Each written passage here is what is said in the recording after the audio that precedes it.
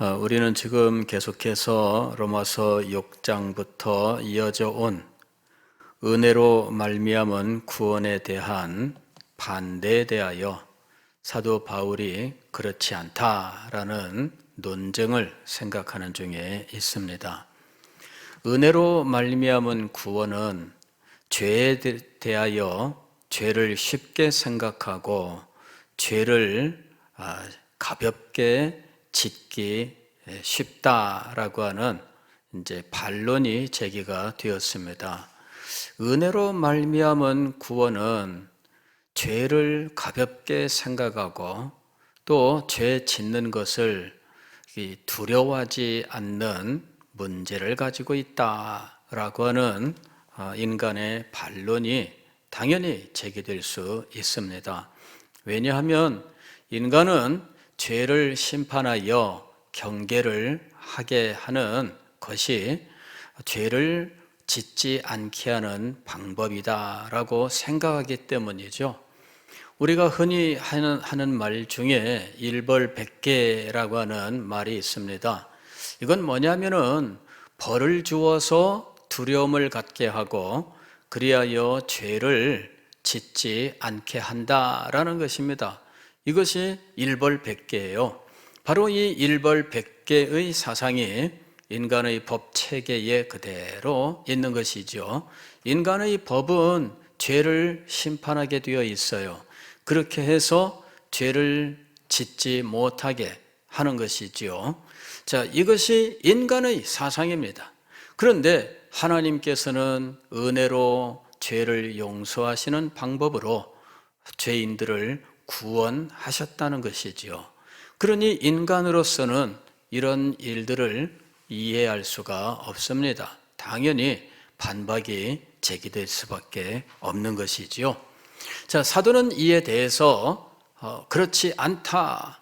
그리스도인이 예수 그리스도를 믿어 은혜로 구원을 받았다고 해서 죄를 가볍게 여긴다거나 죄를 쉽게 짓고 혹은 죄 가운데 빠져 살지 않는다라고 이야기하는 거죠.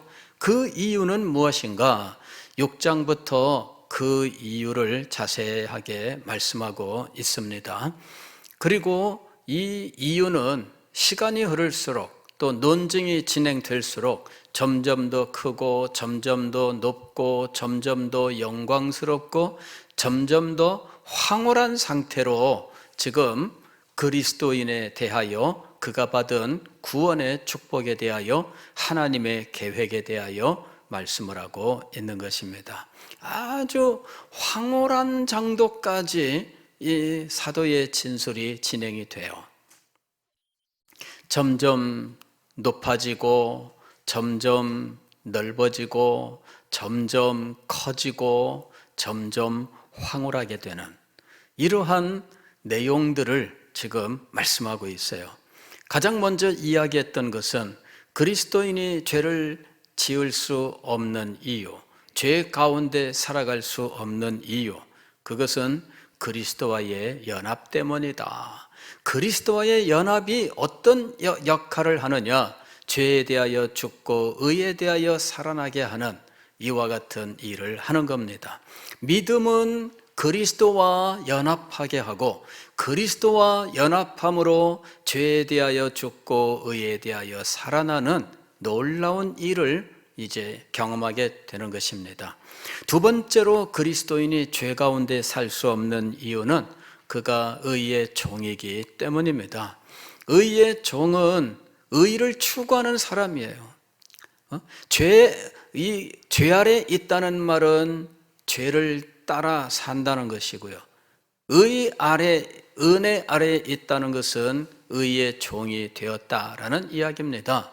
종이 되었다라고 하면 이것이 나쁜 일인가? 그렇지 않습니다. 종이라고 하는 것은 오늘날 우리들이 생각하는 것과는 조금 달라요. 우리는 종하면은 무엇을 생각하느냐 하면 조선시대의 노비 이런 걸 생각하죠.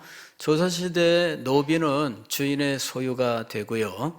그 다음에 자기가 무슨 일을 하더라도 그것은 다 주인의 것이 되는 겁니다. 그래서 이 조선시대의 노비들은 참 비참한 삶을 살았던 것이지요. 그리고 우리는 종 하면은 또 무엇을 떠올리느냐 하면 로마 시대의 노예를 생각하는 것입니다. 그러나 사실상 이 종이라고 하는 말은 그런 그 신분제 하에서 종이라고 하는 것도 있지만 여기서의 종은 신분제 하에서의 종을 말하는 것이 아니라 수사학적인 종을 말하는 것입니다. 즉 종과 같은 그런 위치인데 이 종은 그 주인의 신분에 따라서 종의 신분도 주인의 신분에 버금가는 이런 영광을 가지게 되어 있어요. 그래서 황제의 신하들은 모두 다 황제에 대하여 자신을 종이라 표현을 하게 되어 있습니다. 공식적인 표현이에요. 종이 이렇게 얘기하는데 그거는 자기가 신분이 황제에 대하여는 종이란 말이죠. 그렇다고 해서 사회에 있는 신분제 속에서의 종을 말하는 건 아닙니다. 황제에 대하여는 자신이 종이다. 황제의 종이라고 말할 수 있다면 그 사람은 제국 내에서 가장 높은 지위에 있는 사람이에요. 그래서 종이라는 말을 나쁘다 이렇게 생각하면 안 돼요. 성경에서 그리스도인, 사도가 특별히 그리스도의 종이라고 이야기했을 때 어떤 사람들은 그것을 그리스도의 노예 이렇게 얘기를 합니다. 물론 본인이 자기 자신을 그리스도께 전적으로 바쳐진 이와 같은 노예 같은 존재라고 생각하면서 경건하게 자신을 주님 앞에 드리는 이것은 좋은 것이에요. 그러나 실상 그리스도의 종, 그리스도의 노예라는 말은 알고 보면 지극히 영광스러운 신분을 가리키는 말입니다. 왜냐하면 그리스도는 만왕의 왕이요 만주의 주가 되시는 분이거든요. 그리고 모든 만물이 그 앞에 무릎을 꿇어 주님이라고 부르는 영광의 주인이시기 때문이죠. 그 영광의 주인을 나의 주인이라고 부를 수 있다면, 내가 그의 종이라고 불릴 수 있다면 그는 이 세상에서 가장 영광스럽고 존귀한 존재일 수밖에 없습니다. 의의 종이다 라고 하는 것은 이렇게 하나님을 의로 섬기는 자가 되었다는 의미이기 때문에 이것은 아주 탁월한 지위를 의미하는 것입니다. 더 나아가서 여기 종이라고 불렀지만 알고 보면 이 의의 종이란 말은 자유자를 의미하는 것이었습니다. 그래서 로마서 7장에서는 자유에 대해서 이야기를 해요. 여러분이 잘못 오해를 하고 있는데 이제 부부관계를 예를 들어서 이제 남편이 먼저 죽은 부인이 그는 이제 남편으로부터 자유하게 되는 것처럼 죄와 사망으로부터 자유하게 된 존재가 의의 종이다 이렇게 이야기하면서 그리스도인은 은혜로 말미암아 구원을 받았는데 그는 알고 보면은 자유자다 이렇게 이야기하는 거예요. 율법으로부터 해방된 자였습니다. 그는 죄와 사망으로부터 해방된 자입니다. 그는 참된 자유 가운데 있는 것이지요. 그런데 은혜로 말미암은 구원은 이렇게 높고 넓고 크고 황홀한 구원을 말씀하는 거예요. 자세하게 이런 내용들을 말씀하고 있습니다. 그는 더 나아가서 율법으로부터 해방되었다라고 이야기하면서 율법이 그러면 가치가 없느냐? 그렇지 않다. 율법이 우리에게 어떤 역할을 하느냐? 율법을 진정으로 깨닫게 되면 우리에게 일어나는 일이 있습니다. 율법을 진정으로 깨닫게 되면 우리에게 어떤 일이 일어나느냐 하면은 죄가 살아나고 나는 죽는 일이 벌어진다 이렇게 얘기하는 거예요. 죄가 살아나고 나는 죽는다 이건 뭐냐면 내가 죄를 깊이 깨닫는 걸 의미하는 거예요. 죄에 대해서 인간적으로 죄를 심판하는 그 정도와는 비교할 수 없는 처절한 죄의 깨달음이 우리에게 일어나게 돼요. 그래서 자신의 죄인됨을 아주 처절하게 처절하게 경험하고 인정하고 통곡하고 가슴치고 땅을 치며 뒹굴고 할 수 있는 모든 일들이 일어나게 돼요. 이것이 바로 율법을 깨닫는 자에게 일어나는 일입니다. 이것이 바로 그리스도에게로 그를 인도해요. 오호라 나는 곤고한 사람이로다. 이 사망의 몸에서 누가 나를 건져내랴. 이렇게 절망 가운데에서 그는 그리스도를 바라보며 그리스도를 믿는 자리에 나아가요. 그래서 죄라고 하면은 진저리를 치는 사람이 되는 겁니다. 은혜로 구원을 얻었다고 해서 죄를 가볍게 여기지 않습니다. 실제로 은혜로 구원을 얻은 사람은 이 세상에 그 누구보다 죄에 대한 깊은 체험을 하고 죄의 비참함, 그 절망을 깊이 알고 경험했기 때문에 죄라면은 진저리를 치고 몸서리를 치고 죄를 떠나고 싶어 하고 죄라면은 아예 그냥 손을 흔들고 이러는 상황이 될 수밖에 없다라는 거예요. 자, 그리스도인은 어떤 존재이냐? 로마서 8장에서는 죄와 사망의 법으로부터 해방된 존재입니다. 누가 이 일을 했느냐 하면은 생명의 성령의 법이 바로 이런 일을 행한 것입니다. 생명의 성령의 법이 그에게 역사하고 있어요. 생명의 성령의 법은 우리에게 어떻게 적용되었는가? 예수 그리스도를 믿을 때 성령께서 그 사람 속에 찾아오셔요. 그리고 그 사람 속에 거주하십니다. 그래서 그 사람 속에 거주하시는 성령께서 역사하시는 거죠. 성령이 그 사람 속에 거주하신다면 어디에 거주하실까? 심장에 거주하실까? 아니면은 허파에 거주하실까? 어디에 거주하실까요? 인간의 육체에 거주하시는 게 아니에요. 인간의 영에 거주하시는 거죠. 성령이 우리의 영에 거주하시면 성령께서 먼저 하시는 일이 우리의 영을 살리시는 일이에요. 그리고 이 영을 정결하게 하시는 거죠. 그리고 이 영의 생각을 바꿔 놓으셔요. 영의 정서를 바꿔 놓으십니다. 영의 의지를 바꿔 놓으셔요. 그래서 새 사람이 되게 만드시는 거예요. 우리는 이것을 새 창조라고 부르는 것입니다.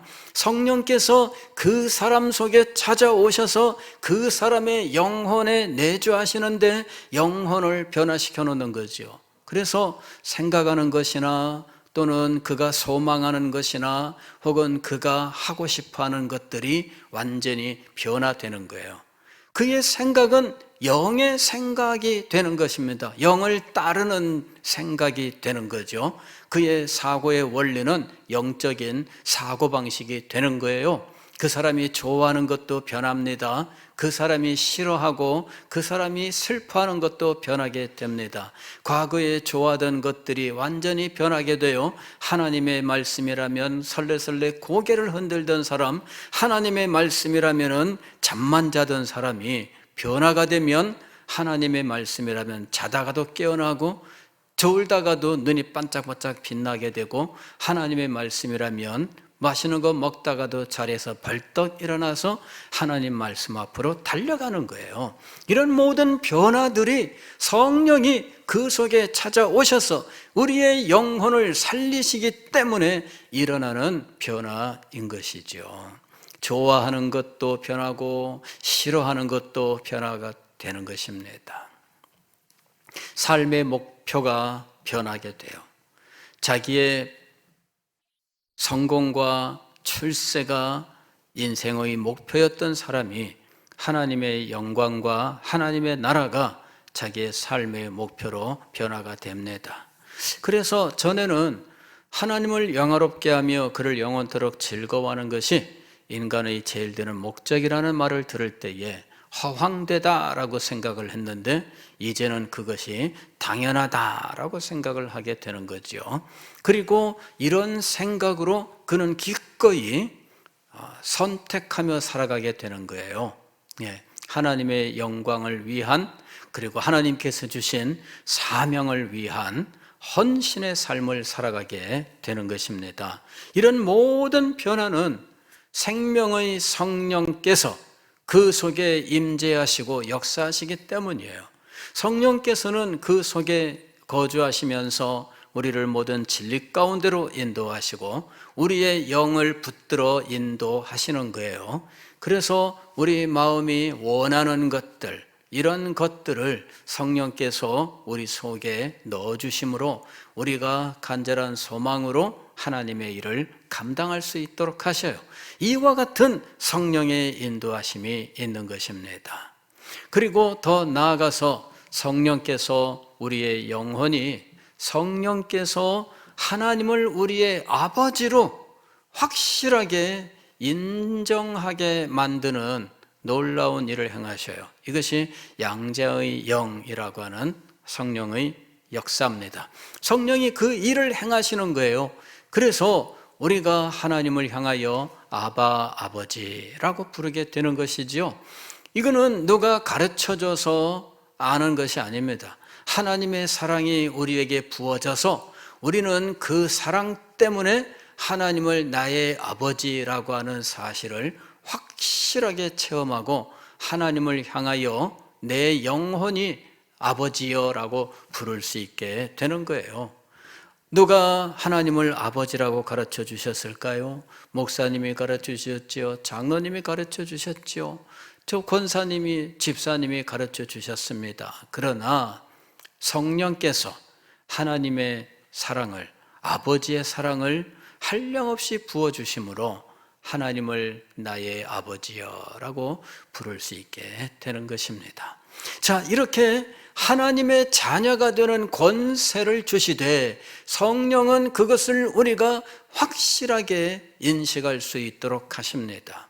하나님의 자녀됨, 하나님의 영이 거주하는 사람은 하나님의 자녀인 것이죠. 이 하나님의 자녀의 특권에 대해서 17절에서는 상속자라고 이야기를 합니다. 그는 하나님의 상속자인 것입니다. 이 상속자가 얼마나 영광스러운 지위인가 하면은 그리스도와 함께 상속자가 되는 것이에요. 이게 얼마나 놀라운 일인지 몰라요. 그리스도와 함께 상속자가 되어서 그리스도의 영광에 참여하고 그리스도의 고난에 참여하는 자가 되는 겁니다. 이것이 하나님의 자녀의 특권이에요. 상속자가 되어서 그리스도와 함께 그리스도의 영광과 고난에 참여하는 거죠. 그런 자신의 특권을 인식하게 되면 18절부터 25절까지 그는 고난 속에서도 지금의 고난과 비교할 수 없는 영광에 대한 소망을 가지고 이 고난을 능히 이긴다라는 것입니다. 18절 말씀을 보면 생각하건대 현재의 고난은 장차 우리에게 나타날 영광과 비교할 수 없도다 그랬습니다. 장차 우리에게 나타날 영광과 비교할 수 없습니다. 전 세계 피조물들이 현재 고난 가운데 있는데 그들은 하나님의 자녀들이 영광 가운데 나타나기를 소망하고 있습니다. 그 영광 가운데 나타나는 하나님의 자녀, 그가 바로 그리스도인이에요. 그러니 그리스도인들은 세상의 소망입니다. 모든 피조물들이 고대하는 영광스러운 존재입니다. 그래서 그리스도인은 그 영광을 소망하면서 살아가는 존재가 되는 것입니다. 우리가 소망으로 구원을 얻었음에 이렇게 이야기해요. 소망이 그의 마음속에 가득 차 있다라는 것입니다. 오늘 우리가 읽은 26절부터는 이 성령의 내주하심과 성령의 인도하심, 양자의 영, 그 다음에 더 나아가서 성령이 우리의 영 안에서 우리의 영을 도우신다라고 말씀을 하고 있습니다. 26절 말씀을 보면 이와 같이 성령도 우리의 연약함을 도우시나니, 성령께서 우리의 연약함을 도우셔요. 그래서 우리가 죄 가운데 살 수 없습니다. 성령께서 우리의 연약함을 도우시는데 특별히 여기서 말씀하는 영역은 기도의 영역입니다. 우리는 마땅히 기도할 바를 알지 못하나 오직 성령이 말할 수 없는 탄식으로 우리를 위하여 친히 간구하시느니라 그랬습니다. 성령이 우리를 위하여 친히 간구하시느니라. 이게 얼마나 놀라운 것이냐. 성령이 우리를 위하여 간구하신다라고 하는 이것은 얼마나 놀라우냐 하면 성령이 드리는 기도, 즉 우리를 위하여 드리는 이 기도는 반드시 응답된다라는 것입니다. 그래서 놀라운 거예요. 예? 성령이 우리를 위하여 기도하신다는 사실 자체가 놀라운 것이지만 성령의 기도가 더 놀라운 것은 그 기도는 반드시 응답된다라는 것입니다. 27절을 보면은 마음을 살피시는 이가 즉 하나님이 성령의 생각을 아시나니 이는 성령이 하나님의 뜻대로 성도를 위하여 간구하심이니라. 성령이 하나님의 뜻대로 성도를 위하여 간구하시는데 하나님은 하나님의 뜻대로 간구하시는 성령의 기도를 들으십니다. 요한일서 5장에서 무엇이든지 주의 뜻대로 구하면 들으심이라. 이것이 기도 응답의 원리예요. 그런데 성령의 기도가 그 원리에 딱 합치합니다. 우리의 기도는 우리의 연약함 때문에 하나님의 뜻에 합치하지 못하는 순간들도 많습니다. 정욕으로 쓰려고 잘못 구하는 일들이 참 많습니다. 두 마음을 품고 바람에 밀려 요동하는 의심하는 기도도 우리는 많이 드립니다. 그러나 성령의 기도는 그렇지 않아요. 성령의 기도는 하나님의 뜻대로 드리는 기도이며 하나님께서 그것을 아시고 응답하시는 기도예요. 성령께서 성도를 위하여 기도하고 계신다고 하는 것은 얼마나 놀라운 일인지 모릅니다. 28절 보면 성령께서 하나님의 뜻대로 성도를 위하여 간구하심으로 하나님께서 그 기도를 들으사 어떤 일들이 일어나는가. 우리가 알거니와 하나님을 사랑하는 자 곧 그의 뜻대로 부르심을 입은 자들에게는 모든 것이 합력하여 선을 이루느니라. 이 놀라운 역사가 일어나는 거예요. 누구의 기도 때문에? 성령의 기도 때문에. 모든 것이 합력하여 선을 이루느니라. 우리의 삶 속에 이런 일들이 일어납니다. 분명히 우리에게 나쁜 일인 것 같았어요. 우리는 그것 때문에 슬퍼하고 혹은 마음 아파했습니다. 그러나 나중에 보니까 그것이 얼마나 놀라운 은혜였는지 몰라요. 세상에 그 일이 이렇게 변하다니 모든 것이 합력하여 선을 이루게 하시는 하나님의 은혜를 우리는 우리의 삶 속에서 체험합니다. 이 모든 일들은 어떻게 일어나게 된 것일까요? 성령께서 우리 안에서 우리를 위하여 하나님의 뜻대로 기도하셨기 때문입니다. 그리고 이런 성령의 기도는 우리의 영혼을 훈련시켜요. 우리의 영혼을 훈련시켜요.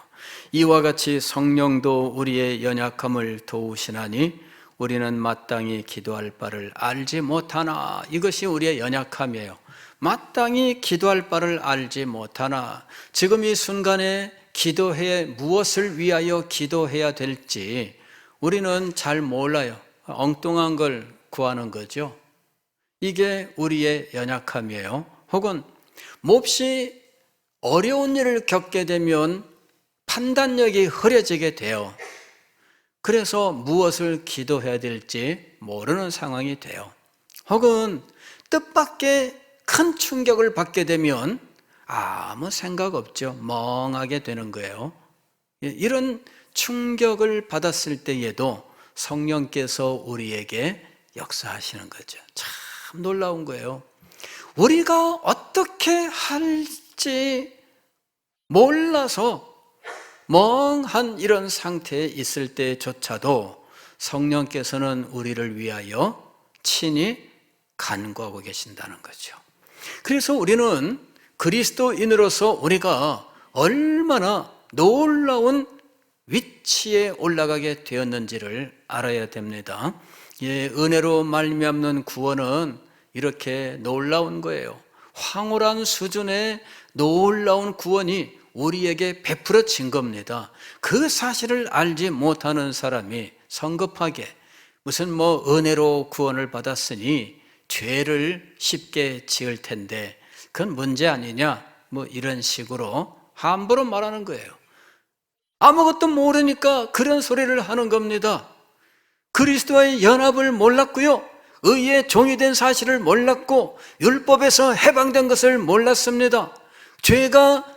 죄는 살아나고 나는 죽었다라고 하는 이 역사를 알지 못하는 거예요.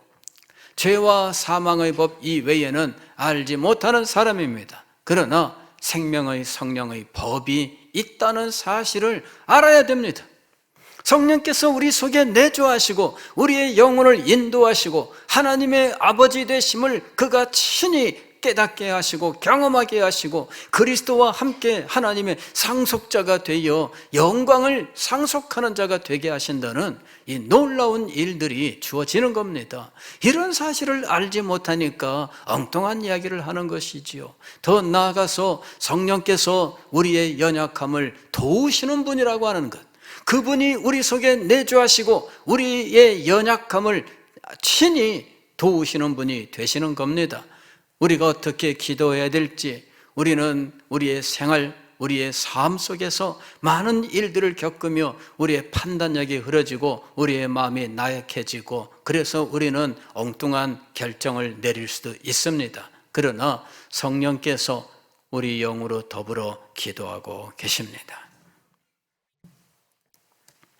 성령께서 친히 말할 수 없는 탄식, 즉 성령이 우리를 깊이 사랑하시고 안타까이 여기셔서 기도하시는 거예요.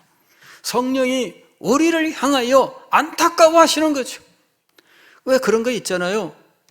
부모가 자녀를 보게 되면 갑자기 마음속에서 절절절절 끓어오르는 그런 어떤 사랑은 사랑인데 뭔가 이 애절한 어떤 느낌, 이런 것이 있는 거예요. 부모가 돼야 이해할 수 있는 사랑이에요. 예전에 어느 집사님이 저한테 그리 말씀하셔요.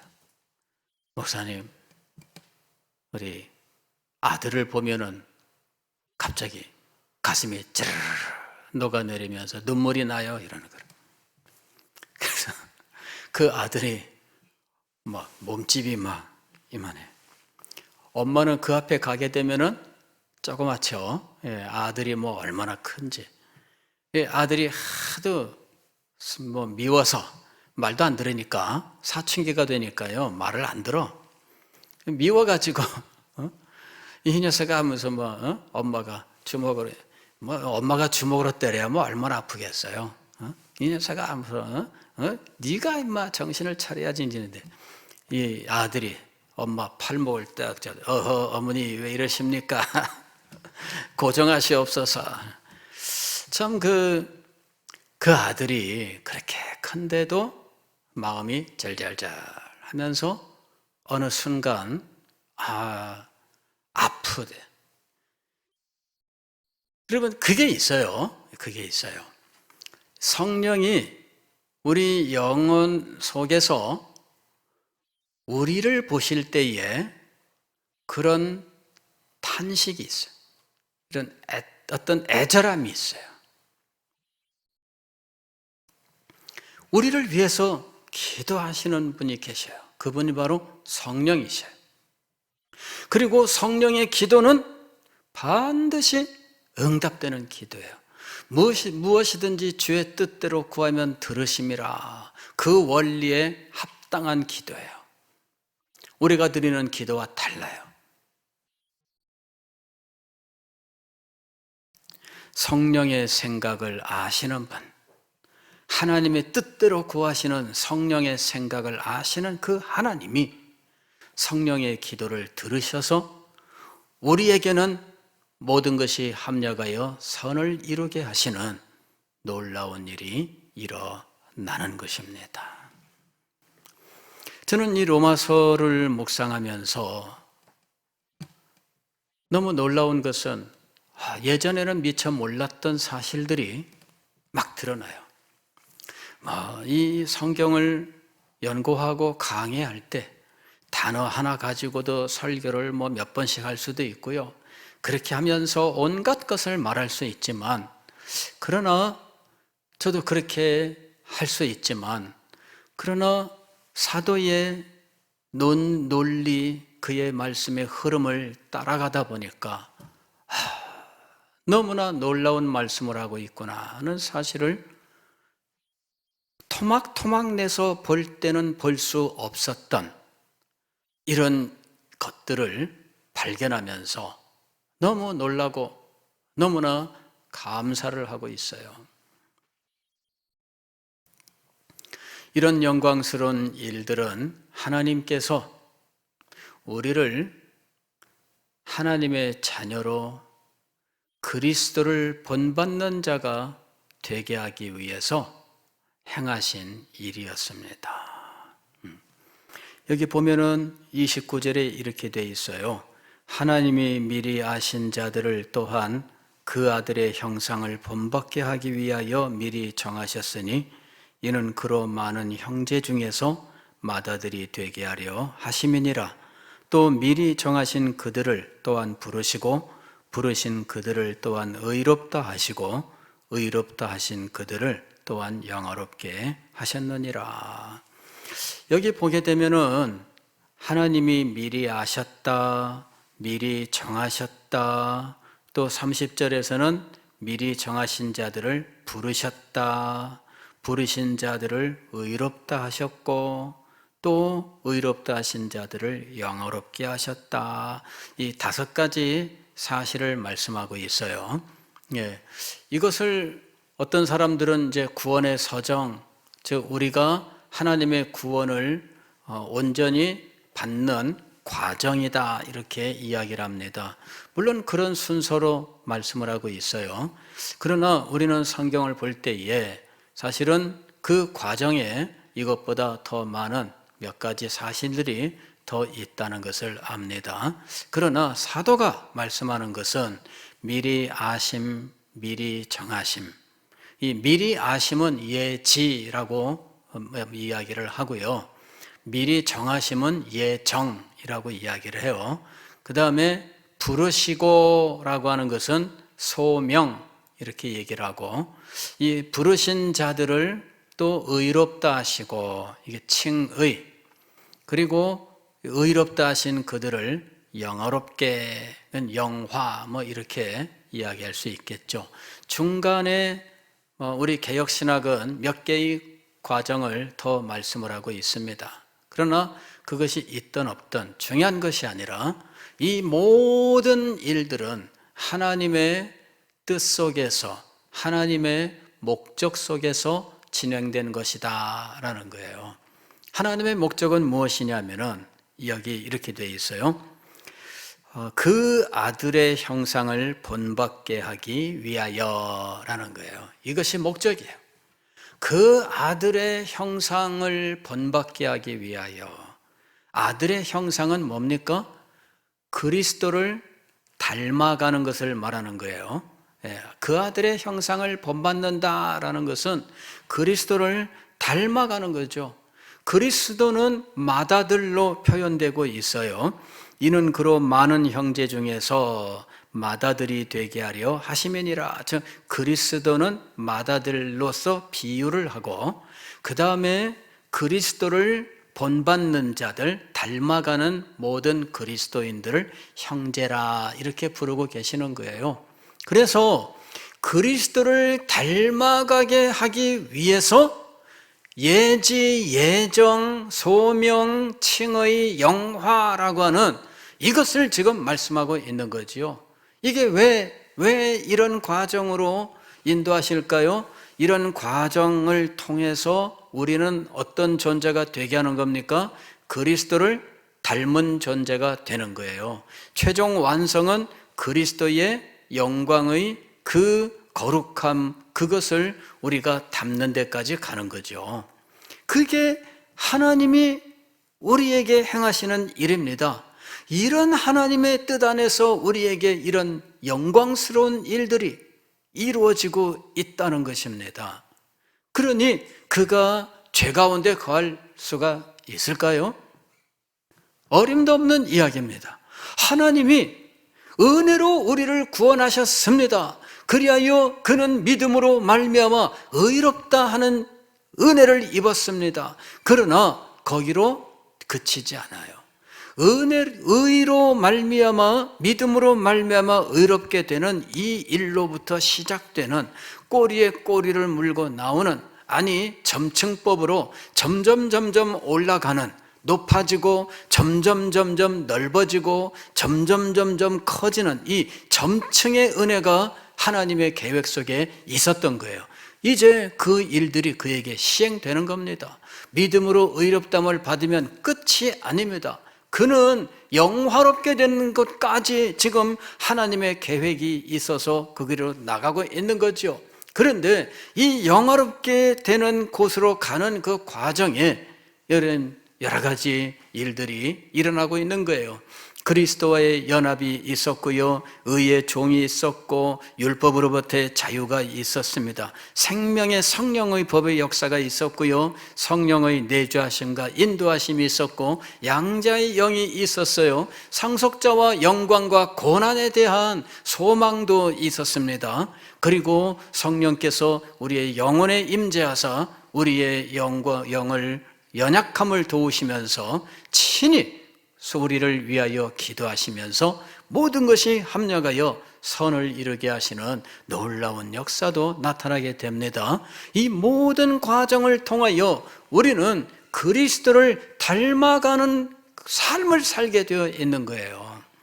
하나님의 목적은 단지 칭의가 아닙니다. 그냥 믿음으로 의롭다함을 받았고 이것이 은혜의 다스림이다, 아닙니다. 하나님의 은혜의 다스림은 거기서 끝나지 않아요. 계속해서 하나님의 은혜의 다스림이 진행되는데, 그 모든 일들을 통하여 우리는 하나님의 자녀로서 맏아들 되신 그리스도를 본받는 자로 살아가게 되는 거예요. 그리스도는 어떤 분이셨습니까? 그분은 근본 하나님의 본체시나 하나님과 동등됨을 취하지 아니하셨어요. 그분은 자기를 비어 종의 형상을 가졌습니다. 그리하여 죽기까지 아버지에게 복종하신 분입니다. 그리스도의 이 마음을 오늘 우리들이 가져야 돼요. 그리스도를 본받는 자가 된다면 그리스도의 마음을 가져야 돼요. 가장 먼저 그리스도의 마음을 가져야 돼요. 그리스도는 하나님과 동등한 하나님의 본체였다라고 이야기를 합니다. 즉 그리스도, 여기서 본체라고 하는 것은 휘포스타시스, 즉 삼위일체 할 때 이 위를 말하는 거예요. 삼위가 계신데 성부, 성자, 성령이신데 그 영광과 권능은 동등하십니다. 그럼에도 불구하고 하나님과 동등됨을 취하지 아니하셨습니다. 그리하여 자기 자신을 비워 종의 형체를 가졌던 것입니다. 그리하여 우리를 위하여 십자가에 죄인이 되시고 못 박혀 죽으셨던 거예요. 그것이 그리스도의 마음이었어요. 무엇보다도 그리스도의 형상을 본받는 자는 그 마음을 가져야 된다는 이야기죠. 그 마음을 가지고 하나님의 자녀로 살아가게 하기 위하여 하나님께서는 독생자를 보내셨고 독생자를 십자가에 못 박아 죽게 하셨던 것입니다.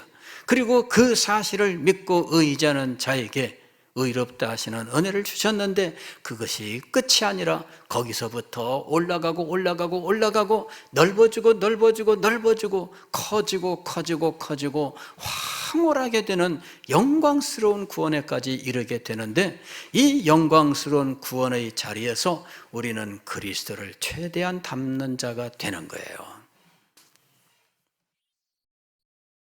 그런 사람이 죄 가운데 살 수 있는가?